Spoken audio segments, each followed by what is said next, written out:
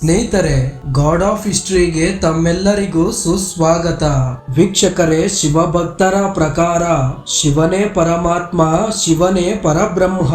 ವಿಷ್ಣು ಭಕ್ತರ ಪ್ರಕಾರ ವಿಷ್ಣು ದೇವನೇ ಈಶ್ವರ, ವಿಷ್ಣು ದೇವನೇ ಪರಬ್ರಹ್ಮ. ಆದಿಶಕ್ತಿಯ ಭಕ್ತರ ಪ್ರಕಾರ ಆದಿಶಕ್ತಿಯೇ ಜಗನ್ಮಾತೆ, ಆದಿಶಕ್ತಿಯೇ ಪರಬ್ರಹ್ಮ ಸ್ವರೂಪಿಣಿ. ನನ್ನ ಪ್ರೀತಿಯ ಸ್ನೇಹಿತರೆ, ನಿಮ್ಮ ಈ ನಂಬಿಕೆಗಳು ಸಂಪೂರ್ಣ ಸತ್ಯವಲ್ಲ. ತ್ರಿಮೂರ್ತಿಗಳು ಮತ್ತು ಆದಿಶಕ್ತಿ ಪರಬ್ರಹ್ಮನ ಮೂಲ ಅಂಶಗಳಷ್ಟೇ. ಇವರೆಲ್ಲರೂ ಪರಬ್ರಹ್ಮನ ಆದೇಶದಂತೆ ಕಾರ್ಯನಿರ್ವಹಿಸುವರು. ನಮಗೆ ಜನನ ಮರಣವಿದ್ದಂತೆ ಇವರಿಗೂ ಜನನ ಮರಣಗಳಿವೆ. ಈ ಮಹಾಶಕ್ತಿಗಳಿಗೆ ಹುಟ್ಟು ಸಾವುಗಳನ್ನ ನೀಡುವುದು ಸಾಕ್ಷಾತ್ ಪರಬ್ರಹ್ಮ.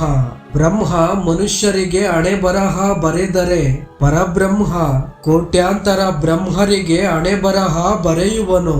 ವಿಷ್ಣು ದೇವ ಲೋಕ ಪಾಲಿಸಿದರೆ ಪರಬ್ರಹ್ಮ ಅನಂತ ಕೋಟಿ ವಿಷ್ಣು ದೇವರುಗಳನ್ನ ಪಾಲಿಸುವನು.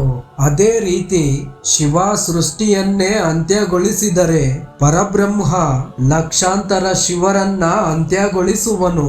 ಪರಬ್ರಹ್ಮನ ಶಕ್ತಿಯ ಮುಂದೆ ಹರಿಹರರ ಶಕ್ತಿಗಳು ಒಂದು ಸಣ್ಣ ಒಣ ಕಡ್ಡಿಗೆ ಸಮ. ಪರಬ್ರಹ್ಮ ಉಸಿರು ಬಿಟ್ಟರೆ ಕೋಟ್ಯಾಂತರ ಹರಿಹರರು ಜನ್ಮ ತಾಳುವರು. ಅದೇ ರೀತಿ ಪರಬ್ರಹ್ಮ ಕೋಪದಿಂದ ಉಸಿರನ್ನ ಎಳೆದುಕೊಂಡರೆ ಕೋಟ್ಯಾಂತರ ಹರಿಹರರು ಕ್ಷಣ ಮಾತ್ರದಲ್ಲೇ ಅಂತ್ಯವಾಗುವರು. ಸ್ನೇಹಿತರೆ, ಏನಿದು ಪರಬ್ರಹ್ಮ ರಹಸ್ಯ? ತ್ರಿಮೂರ್ತಿಗಳನ್ನ ಮೀರಿಸಬಲ್ಲ ಆ ಮಹಾಶಕ್ತಿ ಯಾವುದು? ಆತ ಯಾರು? ಆತನ ಹೆಸರೇನು? ಪರಬ್ರಹ್ಮ ನೋಡೋಕೆ ಹೇಗಿದ್ದಾನೆ, ಎಲ್ಲಿದ್ದಾನೆ? ಈ ವಿಷಯಕ್ಕೆ ಸಂಬಂಧಪಟ್ಟ ಸಾಕ್ಷಿಗಳೇನು? ಬನ್ನಿ ತಿಳಿಯೋಣ. ವೀಕ್ಷಕರೇ, ಈ ಮಾಹಿತಿಗಳು ಕೃಷ್ಣದಾಸ್ ಕವಿರಾಜರವರು ಬರೆದಿರುವ ಚೈತನ್ಯ ಚರಿತಾಮೃತ ಗ್ರಂಥದ ಮಧ್ಯಲೀಲ ಭಾಗ ಅಧ್ಯಾಯ 21 ಮತ್ತು ವೇದವ್ಯಾಸರು ರಚಿಸಿರುವ ಬ್ರಹ್ಮ ವೈವರ್ತ ಪುರಾಣ ಬ್ರಹ್ಮಖಂಡ ಹಾಗೂ ಪ್ರಕೃತಿ ಖಂಡದಿಂದ ಆಯ್ದುಕೊಳ್ಳಲಾಗಿದೆ.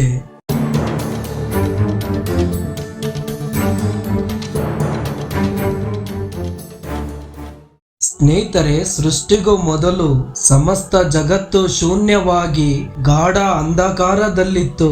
ಈ ಶೂನ್ಯ ಜಗತ್ತಿನಲ್ಲಿ ಪರಬ್ರಹ್ಮ ಏಕಾಂಗಿಯಾಗಿದ್ದ. ಪರಬ್ರಹ್ಮ ಹೆಣ್ಣು ಅಲ್ಲ, ಗಂಡು ಅಲ್ಲ, ಏಕೆಂದರೆ ಆತನಿಗೆ ಶರೀರವೇ ಇರಲಿಲ್ಲ. ಇಂತಹ ಭಗವಂತ ರೂಪ ಆಕಾರಗಳಿಲ್ಲದೆ ಅವ್ಯಕ್ತನಾಗಿ ಸಂಚರಿಸುತ್ತಿದ್ದ.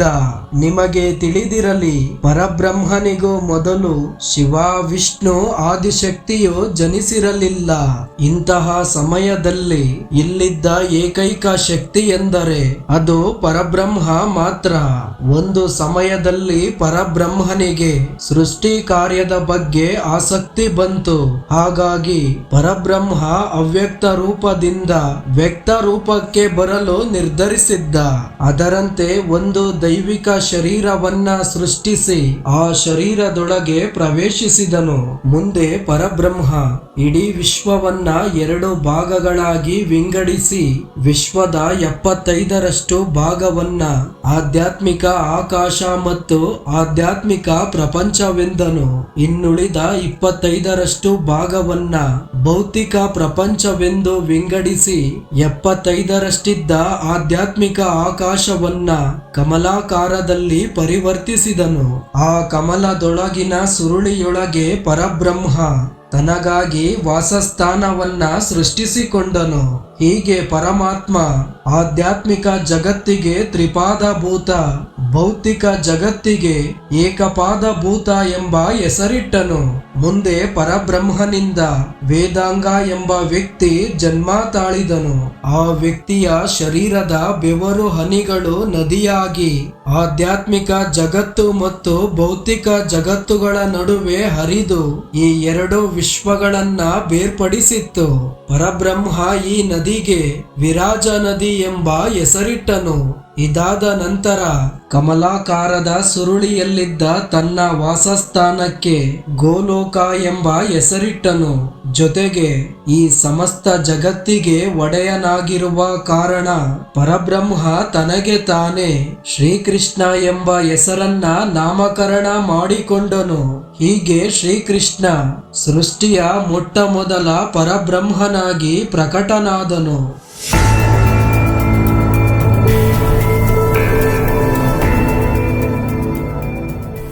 ಶ್ರೀಕೃಷ್ಣ ಪರಬ್ರಹ್ಮನಾಗಿ ಆಧ್ಯಾತ್ಮಿಕ ಕಮಲದ ದಳಗಳಲ್ಲಿ ಲಕ್ಷಾಂತರ ವೈಕುಂಠ ಲೋಕಗಳನ್ನ ಸೃಷ್ಟಿಸಿದನು.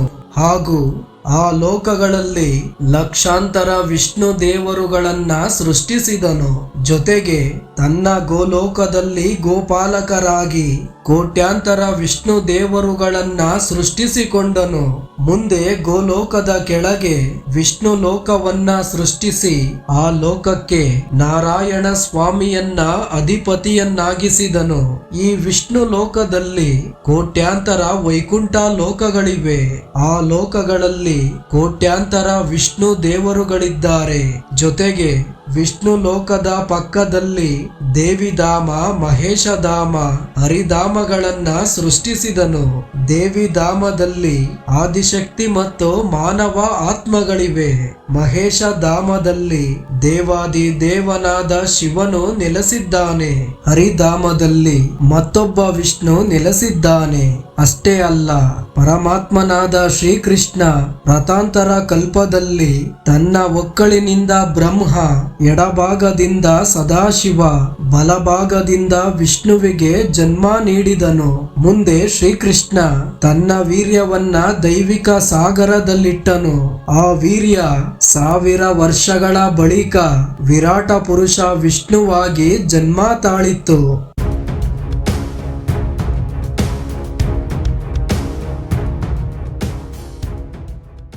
ರಥಾಂತರ ಕಲ್ಪದಲ್ಲಿ ಒಂದು ದಿನ ಶ್ರೀಕೃಷ್ಣ ತನ್ನ ಪ್ರಾಣ ಮತ್ತು ಎಡಭಾಗದಿಂದ ರಾಧೆಯನ್ನ ಸೃಷ್ಟಿಸಿ ತನ್ನ ವೀರ್ಯವನ್ನ ಬ್ರಹ್ಮಾಂಡವಾಗಿ ಪರಿವರ್ತಿಸಿ ಆಕೆಯ ಗರ್ಭದಲ್ಲಿಟ್ಟ.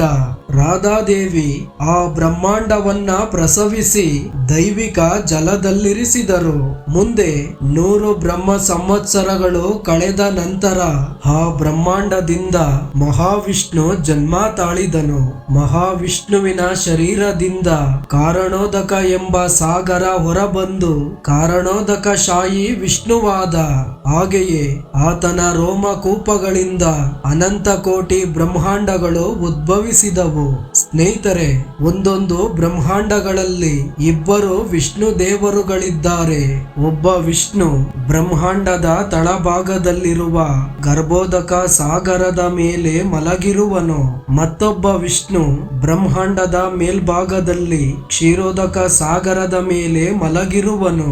ಈ ರೀತಿ ಪ್ರತಿಯೊಂದು ಬ್ರಹ್ಮಾಂಡಕ್ಕೆ 2 ವಿಷ್ಣು ದೇವರು, ಒಬ್ಬ ಶಿವ, ಒಬ್ಬ ಬ್ರಹ್ಮನನ್ನ ಸೃಷ್ಟಿಸಿದನು.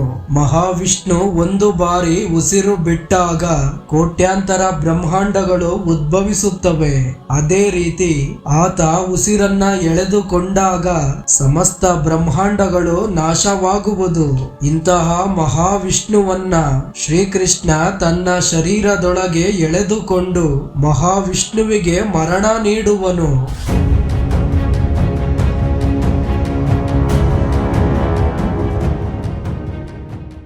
ಒಂದು ದಿನ ಶ್ರೀಕೃಷ್ಣ ಬ್ರಹ್ಮನಿಗೆ ಬ್ರಹ್ಮಾಂಡಗಳ ರಹಸ್ಯಗಳ ಬಗ್ಗೆ ವಿವರಿಸಿದ್ದ. ಆ ಮಾಹಿತಿಯ ಪ್ರಕಾರ ನಾವಿರುವ ಬ್ರಹ್ಮಾಂಡದ ಹೆಸರು ಚತುರ್ಮುಖ ಬ್ರಹ್ಮಾಂಡ. ಈ ಬ್ರಹ್ಮಾಂಡದ ಬ್ರಹ್ಮನಿಗೆ 4 ತಲೆಗಳಿವೆ. ಬ್ರಹ್ಮನ ಒಂದು ತಲೆಗೆ 100 ಕೋಟಿ ಮೈಲುಗಳಷ್ಟು ವ್ಯಾಪಿಸಿರುತ್ತದೆ. ಹಾಗೆಯೇ ಆತನ 4 ತಲೆಗಳಿಗೆ ಆ ಬ್ರಹ್ಮಾಂಡ 400 ಕೋಟಿ ಮೈಲುಗಳಷ್ಟು ವ್ಯಾಪಿಸಿರುತ್ತದೆ. ಇದೇ ರೀತಿ ದಶಮುಖ ಬ್ರಹ್ಮಾಂಡ, ಶತಮುಖ ಬ್ರಹ್ಮಾಂಡ, ಸಹಸ್ರ ಕೋಟಿ ಮುಖ ಬ್ರಹ್ಮಾಂಡಗಳಿವೆ. ಒಂದೊಂದು ಬ್ರಹ್ಮಾಂಡಕ್ಕೂ ಬೇರೆ ಬೇರೆ ತ್ರಿಮೂರ್ತಿಗಳಿದ್ದಾರೆ. ಬ್ರಹ್ಮಾಂಡದ ವ್ಯಾಪ್ತಿ ಹೆಚ್ಚಾದಂತೆ ಬ್ರಹ್ಮನ ತಲೆಗಳು ಹೆಚ್ಚಾಗುತ್ತವೆ. ಹಾಗೂ ಆ ಬ್ರಹ್ಮಾಂಡಗಳಿಗೆ ತಕ್ಕಂತೆ ತ್ರಿಮೂರ್ತಿಗಳ ಶಕ್ತಿಯು ಹೆಚ್ಚಾಗಿರುತ್ತವೆ. ಈಗ ಈ ಬ್ರಹ್ಮಾಂಡದಲ್ಲಿ ಏಕಮುಖ ಶಿವನಿದ್ದಾನೆ. ಇದೇ ರೀತಿ ಶತಮುಖ ಶಿವ, ಲಕ್ಷಮುಖ ಶಿವ, ಕೋಟಿಮುಖ ಶಿವರಿದ್ದಾರೆ. ಒಬ್ಬ ಶಿವನಿಗಿಂತ ಮತ್ತೊಬ್ಬ ಶಕ್ತಿಶಾಲಿ ಶಿವರಿದ್ದಾರೆ. ಅಷ್ಟೇ ಅಲ್ಲ, ಶಿವನಂತೆಯೇ ವಿಷ್ಣು ಮತ್ತು ಬ್ರಹ್ಮನಿಗಿಂತಲೂ ಶಕ್ತಿಶಾಲಿಯಾದ ಕೋಟ್ಯಾಂತರ ವಿಷ್ಣು ಬ್ರಹ್ಮರಿದ್ದಾರೆ. ಆದರೆ ಇವರ್ಯಾರು ಅಮರರಲ್ಲ. ಶ್ರೀಕೃಷ್ಣನ ನಿಯಮದಂತೆ ಇವರೆಲ್ಲರಿಗೂ ಮರಣವಿದೆ.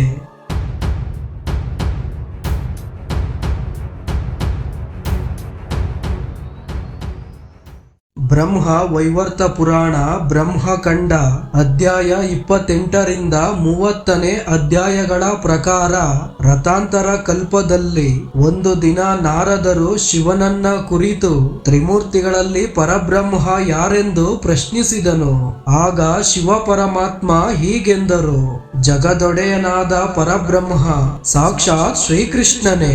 ಆತನೇ ಮೊದಲ ಪರಮಾತ್ಮ, ಮೊದಲ ಭಗವಂತ. ಓ ನಾರದರೆ, ನಾವೆಲ್ಲರೂ ಆತನ ಅಂಶಗಳಷ್ಟೇ. ನಮ್ಮ ಆಯಸ್ಸು ಮುಗಿದ ಮೇಲೆ ನಾವೆಲ್ಲರೂ ಶ್ರೀಕೃಷ್ಣನಲ್ಲಿ ವಿಲೀನರಾಗುತ್ತೇವೆ ಎಂದು ದೇವಾದಿ ದೇವನಾದ ಶಿವನೇ ಉತ್ತರಿಸಿದ್ದಾನೆ. ಅಷ್ಟೇ ಅಲ್ಲ, ಭಗವದ್ಗೀತೆ ಅಧ್ಯಾಯ 11 ವಿಶ್ವರೂಪ ದರ್ಶನ ಯೋಗದಲ್ಲಿ ಪರಮಾತ್ಮನಾದ ಶ್ರೀಕೃಷ್ಣ ಪ್ರತಿ ದ್ವಾಪರ ಯುಗದಲ್ಲಿ ವಿಷ್ಣುವಿನ ಅಂಶವನ್ನ ಪಡೆದು ವಾಸುದೇವ ಕೃಷ್ಣನಾಗಿ ಜನಿಸಿ ಕುರುಕ್ಷೇತ್ರ ಯುದ್ಧದ ಸಂದರ್ಭದಲ್ಲಿ ನಾನೇ ಪರಬ್ರಹ್ಮ, ನಾನೇ ಪರಮಾತ್ಮನೆಂದು ಸ್ವಯಂ ಶ್ರೀಕೃಷ್ಣನೇ ಘೋಷಿಸಿದ್ದಾನೆ. ಇದಿಷ್ಟು ಇಂದಿನ ಸಂಚಿಕೆಯ ವಿಶೇಷವಾಗಿದೆ. ಮುಂದಿನ ಸಂಚಿಕೆಯಲ್ಲಿ ಮತ್ತೆ ಭೇಟಿಯಾಗೋಣ. ಸರ್ವರಿಗೂ ಮಂಗಳವಾಗಲಿ.